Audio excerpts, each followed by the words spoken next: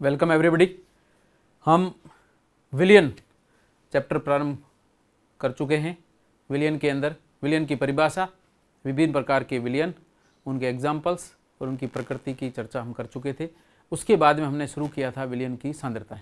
विलियन की सांद्रताओं के अंदर हमने सर्वप्रथम लिया था प्रतिशत सांद्रता, जिसमें हमने तीनों प्रकार की प्रतिशत सांद्रताएं, प्रतिशत W/W, प्रतिशत W/V और प्रतिशत V/V, ये तीनों सांद्रताएं ले चुके हैं और इनके मात्रक या उनकी प्रकृति और कौन कौन सी जगह पर हम इनका उपयोग करते हैं, ये प्रक्रिया भी हम पहले ले चुके हैं।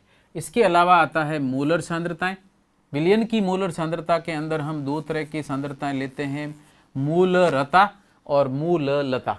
ये 1 किलोग्राम विलायक में उपस्थित विलेय के मोल को दर्शाता है, स्मॉल लेटर m, और कैपिटल लेटर M मूलरता 1 डेसीमीटर क्यूब विलियन में उपस्थित विलेय के मोलों की संख्या को प्रदर्शित करता है।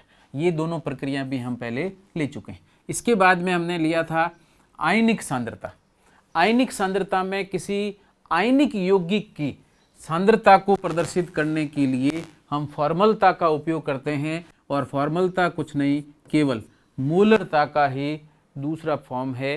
जो आयनिक यौगिकों के लिए मोलरता है वही हम फॉर्मलता के रूप में प्रदर्शित करते हैं। तो आयनिक यौगिकों की मोलरता ही फॉर्मलता कहलाती है, जिसमें हम फॉर्मूला मास का उपयोग करते हैं या सूत्र द्रव्यमान का उपयोग करते हैं, और उसी के रूप में इसको प्रदर्शित किया जाता है। यहाँ मोल की जगह ग्राम फॉर्मूला मास या ग्राम सूत्र द्रव्यमान का उपयोग करते हैं, जो 1 सेंटीमीटर क्यूब विलियन में उपस्थित रहता है।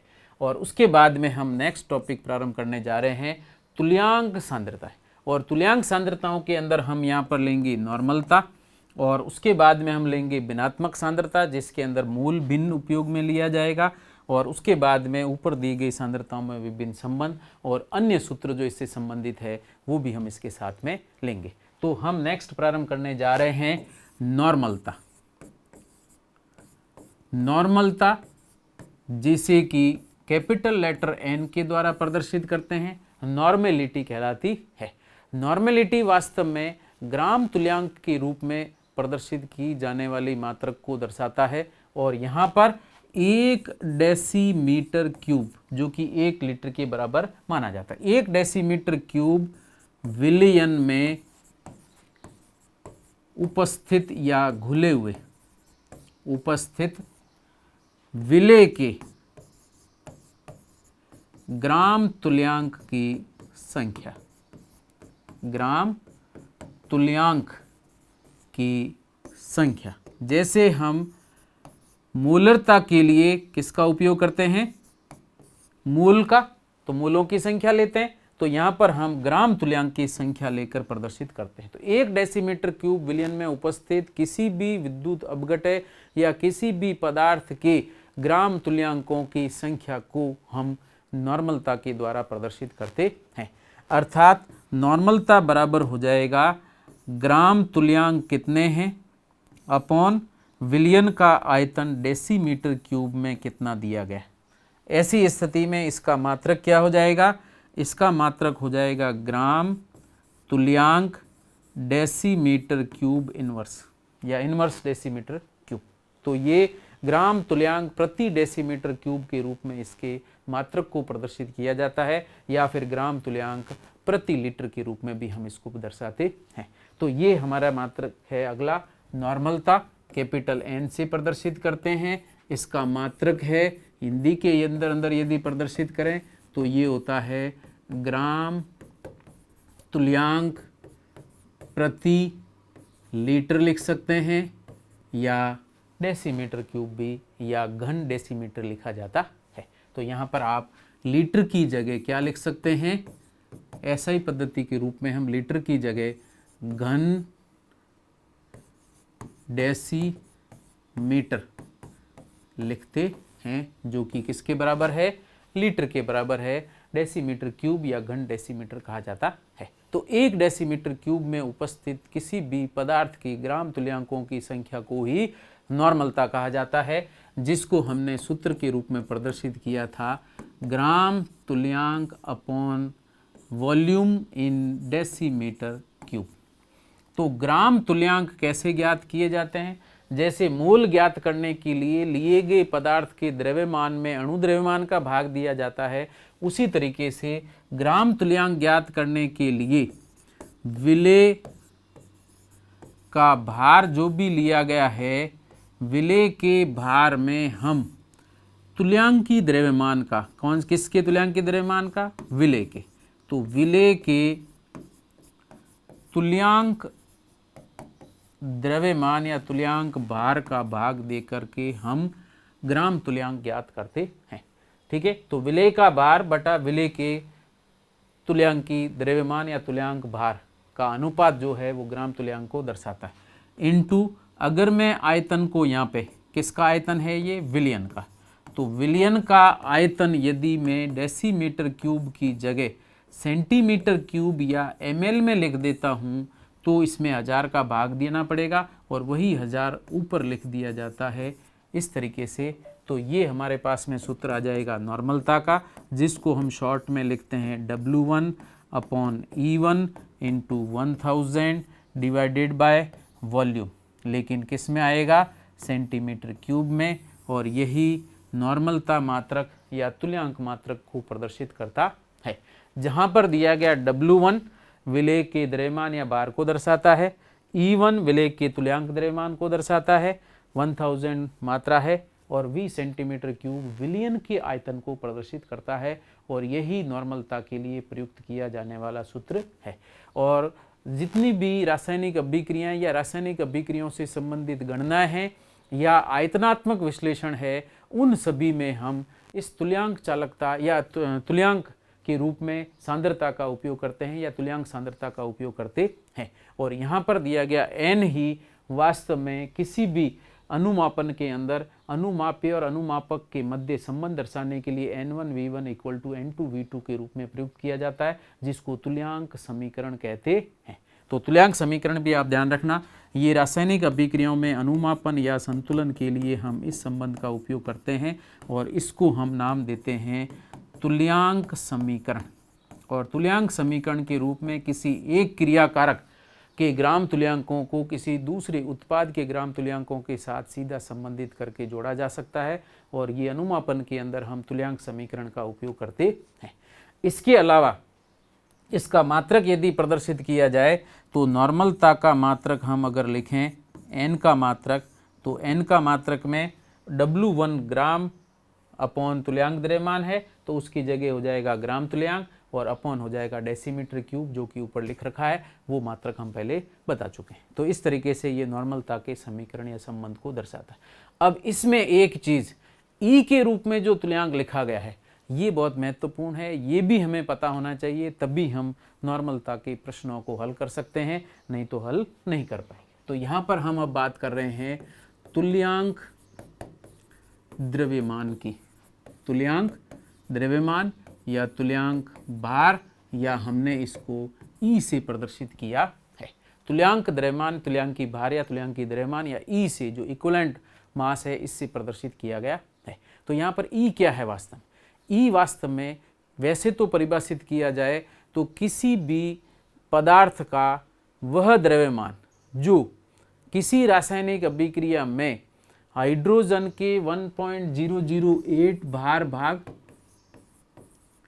क्लोरीन के 35.5 भार भाग या ऑक्सीजन के 8 भार भागों के साथ या तो प्रत्यक्ष अभिक्रिया करने वाला द्रव्यमान या किसी यौगिक में से इन द्रव्यमानों को प्रतिस्थापित करने वाला पदार्थ का द्रव्यमान ही तुल्यांकी द्रव्यमान कहलाता है। मान लीजिए किसी X पदार्थ की हम बात कर रहे हैं, X पदार्थ का ई द्रव्यमान दिया गया है, ये द्रव्यमान वास्तव में हाइड्रोजन के इतने द्रव्यमान के साथ अभिक्रिया करता है, यही द्रव्यमान क्लोरीन के 35.5 भार भागों से अभिक्रिया करता है, या X का ई द्रव्यमान ऑक्सीजन के 8 द्रव्यमान से अभिक्रिया करता है, या किसी यौगिक में इन द्रव्यमानों को रिप्लेस करके उसकी जगह ग्रहण कर लेता है, तो इस ई को ही हम क्या नाम देंगे, तुल्यांक द्रव्यमान कहा जाता है। अर्थात इसके तुल्यांक द्रव्यमान कितना है, उस पदार्थ का तुल्यांक द्रव्यमान ई है, जो इसके साथ में तुल्यता या समानता प्रदर्शित करता है। तो इन पदार्थ के भारों के साथ तुल्यता दर्शाने वाले किसी अन्य पदार्थ का भार ही तुल्यांकी भार कहलाता है। और यहाँ पर तुल्यांकी भार कैसे ज्ञात किया जाता है, तो किसी भी पदार्थ का तुल्यांकी द्रव्यमान उस पदार्थ के अणु द्रव्यमान में, जो भी अणु द्रव्यमान है उस अणु द्रव्यमान के अंदर हम x कारक का भाग देकर ज्ञात करते हैं, या आप इसकी जगह f कारक भी ले सकते हैं। तो f कारक का भाग देकर के हम ज्ञात करते हैं। f लिखें, x लिखें, जो भी लिखना चाहें लिख सकते हैं। तो f कारक का भाग, अब ये f कारक क्या है, तो f जो कारक दिया गया है ये पदार्थ की प्रकृति पर निर्भर करता है। यदि मैं अम्ल लेता हूँ तो अम्ल की क्षारकता को दर्शाता है, और क्षारकता वास्तव में प्रतिस्थापनीय H प्लस की संख्या को दर्शाता है। वापस ध्यान रखना, अम्ल की क्षारकता क्या है, किसी अम्ल में प्रतिस्थापन योग्य H प्लस आयनों की संख्या ही क्षारकता कहलाती है। जैसे यदि मैं बात करता हूँ HCl, H2SO4, H3PO4 या H2C2O4, या इसकी जगह कहें H2CO2, तो यहाँ पर ये है हाइड्रोक्लोरिक अम्ल। यहाँ पर इसका यदि आयनीकरण होता है तो एक H प्लस आयन विलयन में उत्पन्न होता है, तो यहाँ पे F कारक का मान कितना होगा, 1। H2SO4 का जलीय विलयन में आयनीकरण होने से 2 H प्लस आयन आते हैं, अर्थात प्रतिस्थापनीय H प्लस आयनों की संख्या 2 है, तो F कारक कितना होगा, 2, या कह सकते हैं क्षारकता कितनी हो जाएगी, क्षारकता होगी 2। ऐसे ही इसमें 3 H प्लस रिप्लेस हो सकते हैं, क्षारकता 3। ये ऑक्जेलिक अम्ल है H2C2O4, जिसको कि हम ऐसे लिखते हैं COOH और COOH। इसमें कार्बोक्सिलिक अम्ल में 2 H O से प्रत्यक्ष जुड़े हैं, यही प्रतिस्थापित होते हैं, तो इसके अंदर यहाँ पर क्षारकता कितनी होगी, 2।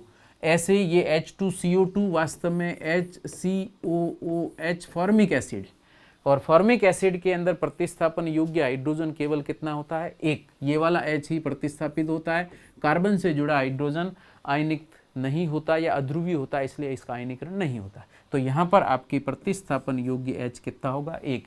इसी तरीके से अगर मैं एसिटिक अम्ल की बात करता हूँ CH3COH, तो एक COH समूह है, एक H प्लस देगा, तो उसकी क्षारकता कितनी हो जाएगी, 1। तो यहाँ पर हम यदि अम्ल की क्षारकता की बात करें जो कि F कारक के बराबर है, ये प्रतिस्थापनीय हाइड्रोजन आयनों की संख्या को दर्शाता है, और इसमें यहाँ पर अलग अलग अम्लों के लिए इसका मान अलग अलग होता है। यदि मैं यहाँ पर HCl का तुल्यांकी द्रव्यमान ज्ञात करना चाहता हूँ, तो यहाँ पर मुझे क्या करना पड़ेगा, HCl का जो अणु द्रव्यमान है जो कि 35.5 और 1 कितना होता है, 36.5, इसमें भाग कितना लगाएंगे, 1 का लगाएंगे, तो ये इसका तुल्यांक द्रव्यमान आ जाएगा। इसी तरीके से अगर मैं H2SO4 का तुल्यांकी द्रव्यमान ज्ञात करना चाहूँ, तो इसका अणु द्रव्यमान होता है 98, और डिवाइड किससे करेंगे, 2 से, तो ये इसका तुल्यांकी द्रव्यमान आ जाएगा। इसी तरीके से H3PO4 में 3 का भाग देना है, ऑक्जेलिक अम्ल में 2 का देना है, फॉर्मिक अम्ल में 1 का देना है। तो क्षारकता जितनी भी है उसके मान को अणु द्रव्यमान में भाग दे करके हम तुल्यांक द्रव्यमान ज्ञात करते हैं। ये F कारक अम्ल की क्षारकता को प्रदर्शित करता है। सेकंड में बात कर रहा हूं, एक F कारक जो दिया गया है ये यदि क्षार के लिए है तो क्षार की अम्लता या एसिडिटी को प्रदर्शित करता है। ऊपर वाले में अम्ल की क्षारकता या बेसिसिटी को दर्शा रहा था, यहाँ पर यदि क्षार लिया है तो उसकी अम्लता को प्रदर्शित करेगा। और क्षार की अम्लता होती क्या है, प्रतिस्थापनीय अर्थात प्रतिस्थापन योग्य OH माइनस आयनों की संख्या को ही हम यहाँ पर इसकी अम्लता कहते हैं। जैसे यदि मैं एग्जांपल लेता हूँ NaOH, KOH, BaOH whole twice, इन सभी के अंदर यदि आप देखें, या NH4OH भी ले सकते हैं, तो इन सभी में F कारक के रूप में जो कि अम्लता कहलाता है, कैसे ज्ञात करेंगे, इसका आयनीकरण होगा तो एक OH देता है, ये भी एक OH उत्पन्न करता है, ये भी एक OH उत्पन्न करता है, लेकिन ये 2 OH उत्पन्न करता है। तो जितने OH आयन विलयन में उत्पन्न होंगे, या उल्टे कह सकते हैं जितने OH H+ आयनों को उदासीन करे या अम्ल के जितने H+ आयनों को उदासीन करे, उन्हीं की संख्या को हम F कारक या अम्लता के द्वारा प्रदर्शित करते हैं। तो क्षार के प्रतिस्थापन योग्य OH आयनों की संख्या को हम अम्लता या एसिडिटी कहते हैं। इसी तरीके से F कारक को हम अन्य रूप में भी प्रदर्शित कर सकते हैं। यदि कोई रेडॉक्स रिएक्शन दे रखी है, रेडॉक्स रिएक्शन या अभिक्रिया दे रखी है, या ऑक्सीकरण अपचयन अभिक्रिया दे रखी है, तो यहाँ पर F कारक जो दिया गया है वो वास्तव में किसके बराबर होगा? स्थानांतरित इलेक्ट्रॉनों की संख्या, स्थानांतरित इलेक्ट्रॉन की संख्या। ठीक है, लेकिन चूंकि कुल अभिक्रिया के अंदर स्थानांतरित इलेक्ट्रॉन कैसे ज्ञात करें, तो उसको हम निर्धारित करते हैं जिस पदार्थ के तुल्यांकी द्रव्यमान को ज्ञात कर रहे हैं, उस पदार्थ के एक मूल द्वारा कितने इलेक्ट्रॉनों का स्थानांतरण किया गया है। तो हम इसको स्पष्ट रूप से लिखें तो पदार्थ के एक मूल द्वारा प्रतिस्थाप या स्थानांतरित इलेक्ट्रॉन की संख्या को हम F कारक के रूप में प्रदर्शित करते हैं। यदि ऑक्सीकरण हो रहा है तो कितने इलेक्ट्रॉन निकल रहे हैं, और अपचयन हो रहा है तो कितने इलेक्ट्रॉन जुड़ रहे हैं, उन्हीं की संख्या को ही हम X या F कारक के रूप में प्रदर्शित करते हैं। लेकिन एक चीज और ध्यान रखना, अगर हम इलेक्ट्रॉन की संख्या की बात नहीं करें तो हम यहाँ इसकी जगह कह सकते हैं ऑक्सीकरण अंक में परिवर्तन। ऑक्सीकरण अंक में परिवर्तन कितना हो रहा है वो भी हम F कारक के रूप में ले सकते हैं। और इसके मैं कुछ एक एग्जांपल लेता हूं। यदि मैं पोटेशियम परमैंगनेट की बात करता हूं कि MnO4, तो पोटेशियम परमैंगनेट रासायनिक अभिक्रिया के अम्लीय माध्यम में यह Mn2+ में परिवर्तित होता है। इसमें Mn का ऑक्सीकरण अंक बदल रहा है, जो कि यहाँ पर +7 है, 4 दूनी 8 में से 1 कम करो +7 हो जाएगा, और यहाँ Mn का ऑक्सीकरण अंक है +2, अंतर कितने का आ रहा है? 5 का आ रहा है। तो यहाँ पर आपके F कारक की संख्या कितनी हो जाएगी? 5 हो जाएगी। और यदि मैं KMnO4 का तुल्यांकी द्रव्यमान ज्ञात करना चाहता हूँ, किसका? KMnO4 का, तो KMnO4 का तुल्यांकी द्रव्यमान बराबर हो जाएगा इसकी अणु द्रव्यमान में कितने का भाग देना है?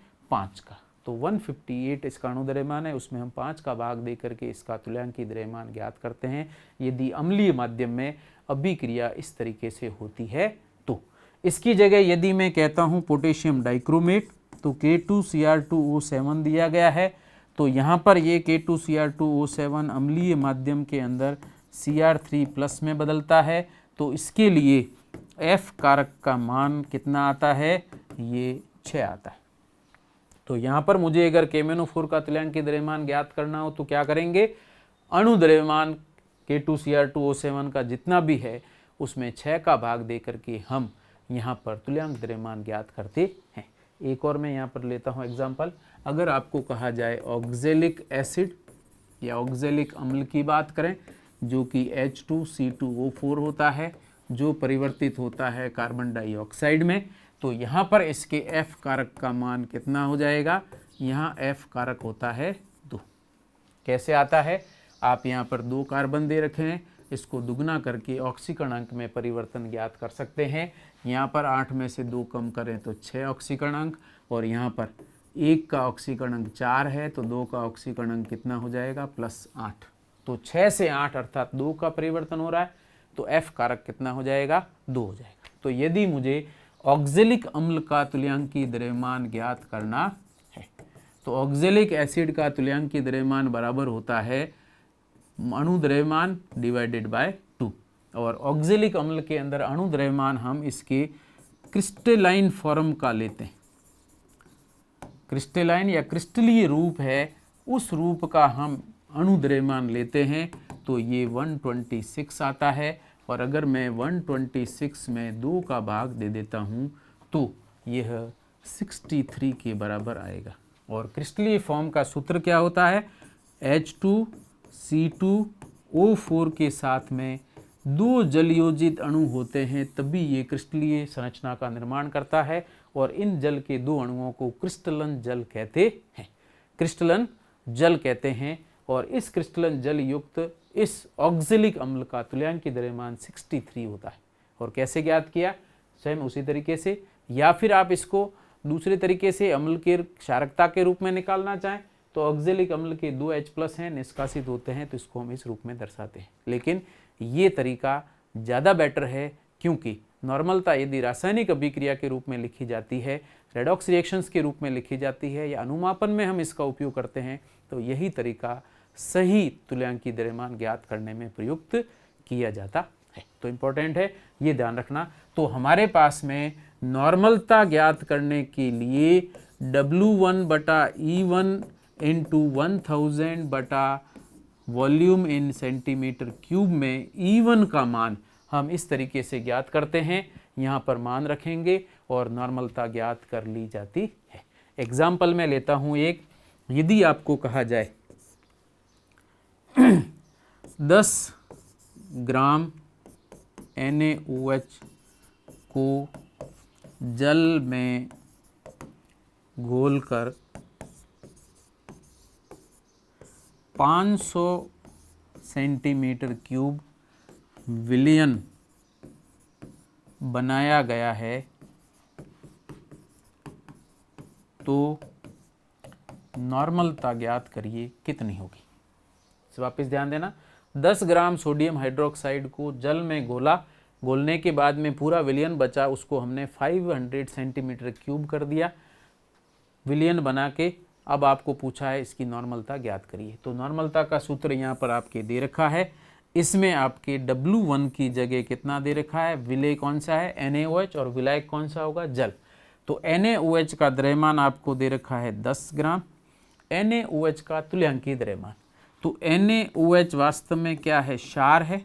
क्षार के लिए F कारक कितना होगा 1, क्योंकि प्रतिस्थापन योग्य NaOH कितना है 1 है, इसलिए इसका तुल्यांकीय द्रव्यमान अणु द्रव्यमान के बराबर होगा। 1 का भाग देने से कोई फर्क नहीं पड़ेगा। तो इसका अणु द्रव्यमान कैसे ज्ञात करेंगे, Na का परमाणु द्रव्यमान होता है 23, ऑक्सीजन का होता है 16, हाइड्रोजन का होता है 1। इन सभी को जोड़ा जाए तो इसका तुल्यांकीय द्रव्यमान और अणु द्रव्यमान प्राप्त होता है 40। तो यहाँ पर हम तुल्यांकीय द्रव्यमान की जगह कितना लिखेंगे 40 इंटू 1000 है ही। विलयन का आयतन सेंटीमीटर क्यूब में कितना दे रखा है 500। अब आप इसको सरल कर दीजिए, यहाँ हो जाएगा 2, 0 से 0 काट दीजिए, 2 से 2 को काटिए, ये हो जाएगा 1/2। इसे हम दो तरीके से लिखते हैं, या तो ऐसे लिखें 1/2n, या मैं इसके लिख सकता हूँ n/2, या फिर इसके लिए एक शब्द आता है सेमी नॉर्मल, सेमी नॉर्मल कहा जाता है। तो ये सेमी नॉर्मल विलयन n/2 के रूप में प्रदर्शित करते हैं। या फिर आप इस रूप में भी लिखना चाहें तो 0.5, और इसको हम लिखेंगे ग्राम तुल्यांक डेसीमीटर इनवर्स क्यूब या पर डेसीमीटर क्यूब। तो इस तरीके से इसकी नॉर्मलता को प्रदर्शित किया जाता है। अगर प्रश्न इस तरह का आता है कि प्रयोगशाला के अंदर n/10 का NaOH या सोडियम हाइड्रोक्साइड या ऑक्जेलिक अम्ल का विलयन बनाइए, तो कैसे बनाते हैं उसका एक सूत्र मैं आपको यहाँ पे बताता हूँ। तो यहाँ पे प्रयोगशाला के अंदर अनुमापन करते समय इसकी आवश्यकता पड़ती है, और इसमें मैं आपकी बात कर रहा हूँ, यदि आपको कहा जाए n/10 जिसको कहा जाता है decinormal, 1/10 decinormal oxalic acid का 2 लीटर विलयन बनाओ, विलयन बनाओ। अब आपको विलयन बनाने के लिए प्रयोगशाला में कह दिया 2 लीटर विलयन बनाना है, जिसकी सांद्रता आपको दे रखी है और आयतन भी आपको दिया गया है। तो आप क्या करेंगे, अगर आप नॉर्मल विलयन बनाना चाहते हैं और विलयन बनाने के लिए आपको जरूरत किसकी पड़ेगी, ऑक्जेलिक अम्ल का कितना द्रव्यमान लेना है उस द्रव्यमान को ज्ञात करने की आवश्यकता पड़ेगी। और अगर ऑक्जेलिक अम्ल के द्रव्यमान को मैं यहाँ निकालना चाहूँ तो सिंपल सा फॉर्मूला आपको ध्यान रखना है, W1 बराबर सूत्र होता है NeV डिवाइडेड बाय 1000। NeV 3 का गुणा करके 1000 का भाग दे दो। आता कहाँ से है? बहुत सिंपल सी प्रक्रिया है, ये सूत्र है। इसको मैं N के या E यहाँ लेके आ जाता हूँ, V भी यहाँ लेके, तो क्या हो जाएगा? NeV का गुणा हो जाएगा, 1000 भाग में चला जाएगा, क्या प्राप्त होगा? W प्राप्त हो जाएगा। तो इस तरीके से ज्ञात किया गया द्रव्यमान यहाँ पर ग्राम में आ जाएगा और यहाँ आपको सिर्फ नॉर्मलता, तुल्यांक द्रव्यमान और विलयन का आयतन सेंटीमीटर क्यूब में रखना है, ये ध्यान रखना है। तो अब मैं अगर उस ऊपर वाले सूत्र से मान रखूं तो ऑक्जेलिक अम्ल का प्रयुक्त द्रव्यमान सीधा ज्ञात कर सकते हैं। तो कैसे ज्ञात करेंगे? देखिए, नॉर्मलता दे रखी है n/10। अब यहाँ एक गलती मत करना, n जो लिखा गया है ये इसका मात्रक है। मैंने यहाँ पर आपको बताया था कि जैसे 1/2n नॉर्मलता को ही हमने n/2 लिखा है। इसका मतलब n जो लिखा है ये नॉर्मलता है और शेष जो मान आ रहा है वो वास्तव में इसकी सांद्रता है। तो यहाँ पे n हटाने के बाद बचेगा 1/10, तो n की जगह में लिख देता हूँ 1/10। E यहाँ पर ऑक्जेलिक अम्ल का तुल्यांकीय द्रव्यमान है जो इसके अणु द्रव्यमान में 2 का भाग दे करके हम ज्ञात करते हैं और ये यहाँ पर ज्ञात किया गया है। ऑक्जेलिक अम्ल का तुल्यांकीय द्रव्यमान कितना है? 63। तो यहाँ पर हम E की जगह लिखेंगे 63। आयतन आपको कितना बनाना है? 2 लीटर, जबकि सूत्र में किस रूप में दिया गया है? सेंटीमीटर क्यूब अर्थात मिलीलीटर में लिखना है। तो सेंटीमीटर क्यूब और मिलीलीटर बराबर है। तो यहाँ 2 लीटर कितने सेंटीमीटर क्यूब के बराबर होगा?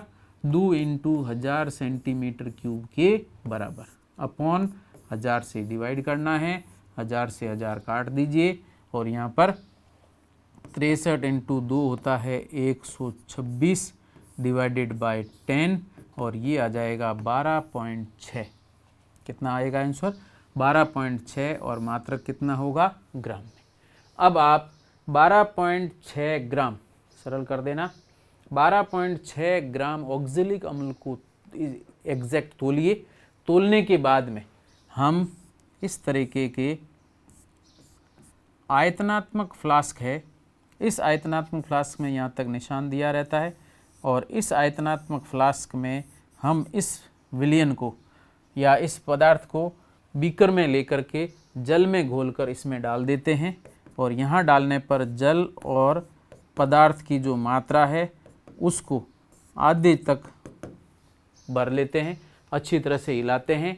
विलयन पूर्ण रूप से जब डिज़ोल्व हो जाता है उसके बाद में अतिरिक्त आसुत जल मिला करके इसका आयतन यहाँ तक कर दिया जाता है और यहाँ तक भरने पर ये 2 लीटर का यदि आयतनात्मक जार या फ्लास्क है तो इस वॉल्यूमेट्रिक फ्लास्क के अंदर हम भर करके 2 लीटर n/10 ऑक्जेलिक अम्ल विलयन बना देते हैं। तो विलयन बनाने के लिए पहले आप द्रव्यमान ज्ञात करेंगे सूत्र की सहायता से, W = NeV/1000 से। फिर उस द्रव्यमान को जल में घोल करके आयतनात्मक 2 लीटर के फ्लास्क में डालिए और तब तक डालते रहिए जब तक पूरा ऑक्जेलिक अम्ल डिजोल्व नहीं हो जाता है। जब संपूर्ण डिजोल्व हो जाए उसके अलावा अतिरिक्त जल मिला करके आयतन को मेकअप कर दीजिए 2 लीटर। इस बिंदु तक ये विलयन 2 लीटर की शुद्ध आयतन को प्रदर्शित करता है। यहाँ इंपॉर्टेंट क्या है? यहाँ है कि हम विलेय और विलायक, जल और ऑक्जेलिक अम्ल, इन दोनों का जो विलयन बन रहा है उसका आयतन 2 लीटर से ज़्यादा नहीं होना चाहिए और इसमें कांच के अंदर जल का मेनिस्कस इस तरीके से अर्धचंद्राकार संरचना में बनता है तो ये मेनिस्कस उस लाइन के बिल्कुल टच करते हुए होना चाहिए, इससे नीचे नहीं होना चाहिए। तो आधा चंद्रमा जो है वो उस लाइन के टच किया हुआ होना चाहिए, तभी एग्जैक्ट 2 लीटर विलयन प्राप्त होता है। तो इस तरीके से हम प्रयोगशाला में तुल्यांकी विलयनों की सांद्रता को हम विलयन के रूप में प्रदर्शित कर सकते हैं, आयतनात्मक विश्लेषण में बना करके प्रयुक्त भी कर सकते हैं। तो ये आपके तुल्यांक सांद्रता को प्रदर्शित करता है। तो इस तरीके से हम तुल्यांक सांद्रताएं यहाँ दर्शाते हैं। अब हम एक और पॉइंट ले रहे हैं। अब नॉर्मलता और मोलरता में संबंध क्या है वो संबंध हम यहाँ प्रदर्शित करते हैं। तो हम ले रहे हैं next topic, N and M में संबंध।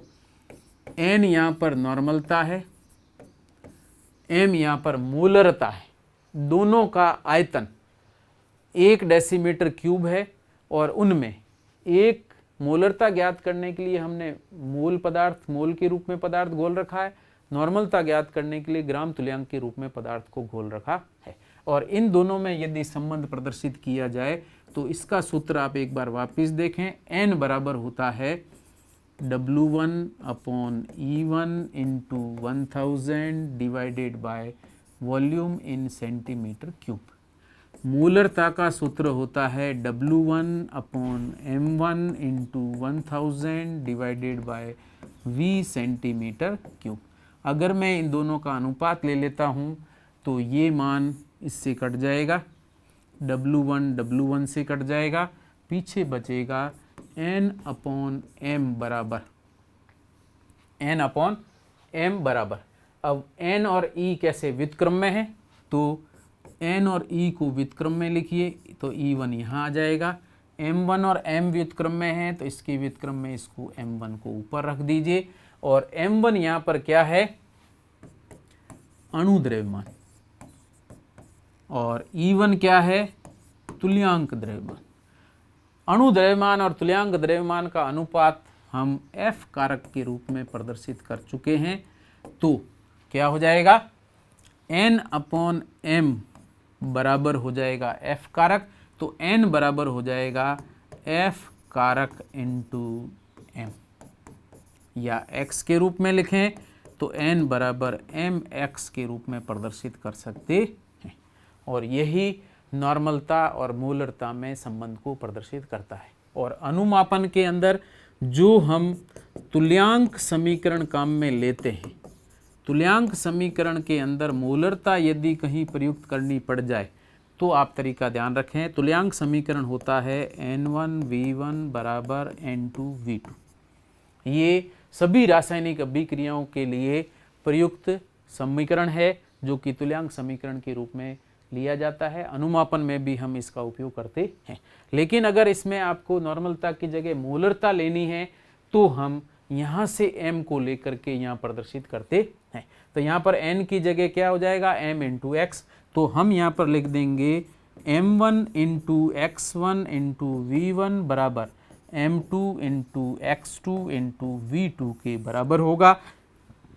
यहाँ पर x1 पहले प्रकार के जो पदार्थ हैं जो इधर हमने तुल्यांक के रूप में लिए हैं उसके लिए x कारक या अम्लता या क्षारकता या ऑक्सीकरण अंक में परिवर्तन को दर्शाएगा, और इधर x2 दूसरे पदार्थ के अम्लता, क्षारकता या ऑक्सीकरण अंक में परिवर्तन को प्रदर्शित करेगा, जिसमें M1 और M2 मोलरता है और V1 V2 आयतन को प्रदर्शित करते हैं। तो इस तरीके से हम तुल्यांक समीकरण में भी मोलरता लेकर के भी प्रश्न को हल कर सकते हैं। जैसे कि अगर मैं ऑक्जेलिक अम्ल और फेरस अमोनियम सल्फेट के अनुमापन की बात करता हूं तो ऑक्जेलिक अम्ल और फेरस अमोनियम सल्फेट के लिए ये समीकरण, तुल्यांक समीकरण तो सीधा प्रयुक्त किया जा सकता है, लेकिन यदि मैं मोलर संबंध लेता हूं तो यहाँ पर अगर मैं इधर KMnO4 ले रहा हूं तो अणु द्रव्यमान या मोलरता KMnO4 की इंटू एक्स की जगह KMnO4 के लिए कितना लिया था, ऑक्सीकरण अंक में परिवर्तन 5, तो जो भी मोलरता है उसको 5 से गुणा करना पड़ेगा।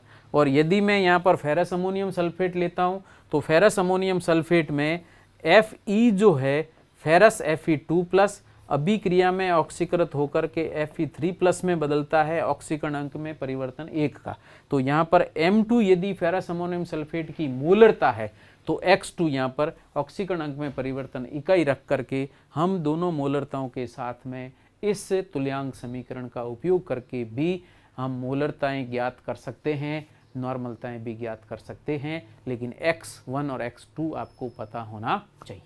और यदि X1 X2 पता है और आपने सिर्फ नॉर्मल विलयन लिए तो सिर्फ ऊपर वाले संबंध से ही हम सांद्रताएं ज्ञात कर सकते हैं। तो इस तरीके से नॉर्मलता मात्रक है, यह मात्रक सांद्रता के रूप में सबसे अधिक प्रयुक्त किया जाने वाला मात्रक है और ये तुल्यांक के रूप में प्रयुक्त किया जाता है। मोलरता के साथ में इसका संबंध भी प्रदर्शित कर दिया। नेक्स्ट क्लास के अंदर हम मूल भिन्न और फिर नॉर्मलता और मूल भिन्न में मोलरता और मूल भिन्न के अंदर संबंध प्रदर्शित करेंगे और कुछ प्रायोगिक प्रक्रियाओं के अंदर इन सांद्रताओं का उपयोग कैसे किया जाता है, सांद्र अम्ल है उसको तनुकरण कैसे किया जाता है, वो प्रक्रिया नेक्स्ट क्लास के अंदर हम लेंगे। आप इस चैनल को, परम रसायन को अधिक से अधिक शेयर करें और बेल आइकन को टच कर दें, तो सब्सक्राइब करने के साथ साथ आपको नोटिफिकेशन भी मिलता रहेगा और शेयर करके आप इसको अन्य महत्वपूर्ण सूचनाओं को दूसरे छात्रों के साथ में या अपने दोस्तों के साथ शेयर भी कर सकते हैं। Thank you so much.